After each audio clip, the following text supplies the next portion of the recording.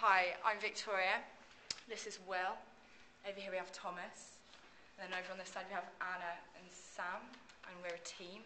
And we're here to talk to you about the name of an agency and creating a logo.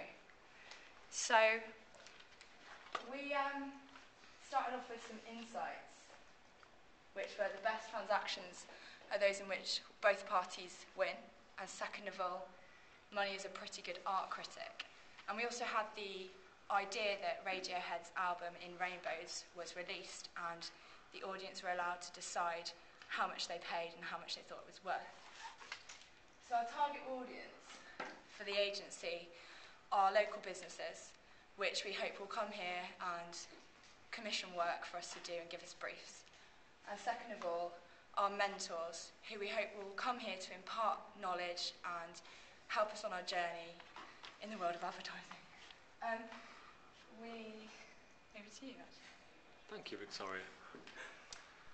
So how we interpreted insights. The first one being clients' freedom of choice. Pretty much with any transaction, you know what you're going to get across the board, whether it's food, drink, something like a book or a film, you've got an idea of what it might be. But with advertising, from kind of the point of briefing to seeing the final products, it could go often many tangents. So with this model, where the client decides on what they pay only upon seeing it, the client has a freedom whether or not to commit money or not. They might not like it and want to give nothing, or they might think it's great and want to reward us greatly. So it's a unique model, thank you, Victoria.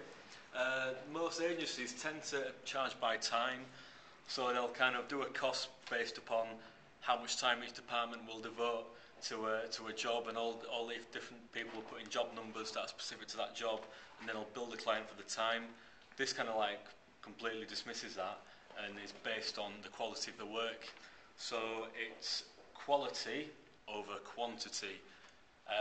So if we're not rewarded, we'll realise that something's not quite up to scratch and we'll have to do something better. And if we are rewarded, we'll realise that we've come up with a good idea and be rewarded as such. And this will kind of instill a kind of work ethic where we're producing consistently quality work by getting feedback based on the finished result and getting truth based on money, which ties back to the insight about money being an excellent critic. Some ideas we had from this were names like the Beehive, in which everyone's working, you're all working for that common interest, that hive. We also had Yolk, which was the idea of forming, and it can change and grow and be formed and stuff. We also had Loaf, use your loaf, and how a loaf can be sliced and all the ingredients that go into a loaf. I look like Nigella Lawson doing that, don't I? And then we also had Alan, which was quite a long story. Came from sort of, this is a brave new model of advertising, brave new world, got a bit confused, thought the lead character was Alan, actually called Bernard. Bernard doesn't sound as good as Alan. And then finally, the Faculty, but we decided that that sounded a bit too institutionalised. So over to Anna. So at the end, we came up with the best idea, which is Busk. It's the name of our agency. And how did we get there?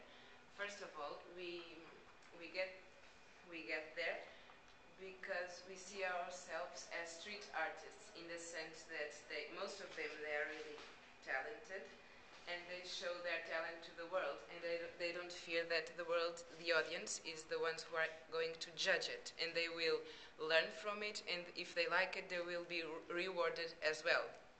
Like them, we don't hide behind anything, because we are really focused on ideas, and we only want to sell the ideas. So we are completely exposed to the truth of our genuine work, is having ideas.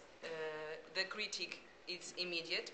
What comes also from our insights, because we are here to learn and to develop. And so once we have this approach that we are busks and we show that our talent is completely exposed, we get the critique more quick and we learn more quick as well. So we see ourselves as street artists.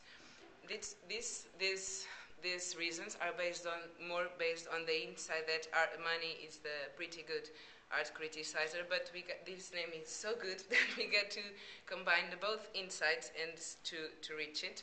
So street artists, they have also a win-to-win relationship with the audience, in the sense that if you like the art of a street artist,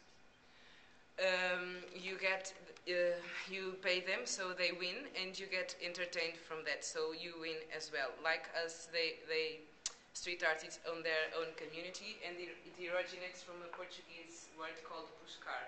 It means seek, so we see ourselves as an inquisitive organization. Then we came to the tagline, which, as you can see, is Tips Welcome. It's short, simple and punchy, and it's got two connotations. Obviously, on the one hand, tips are given to a street artist if the audience think that they deserve it, and in our case, tips are given to us financially as based on our merit of our work that we give to the client. On the other hand, tips are given to us as we want to develop ourselves as individuals and as an agency, so we can take on board the advice of mentors or local businesses and develop.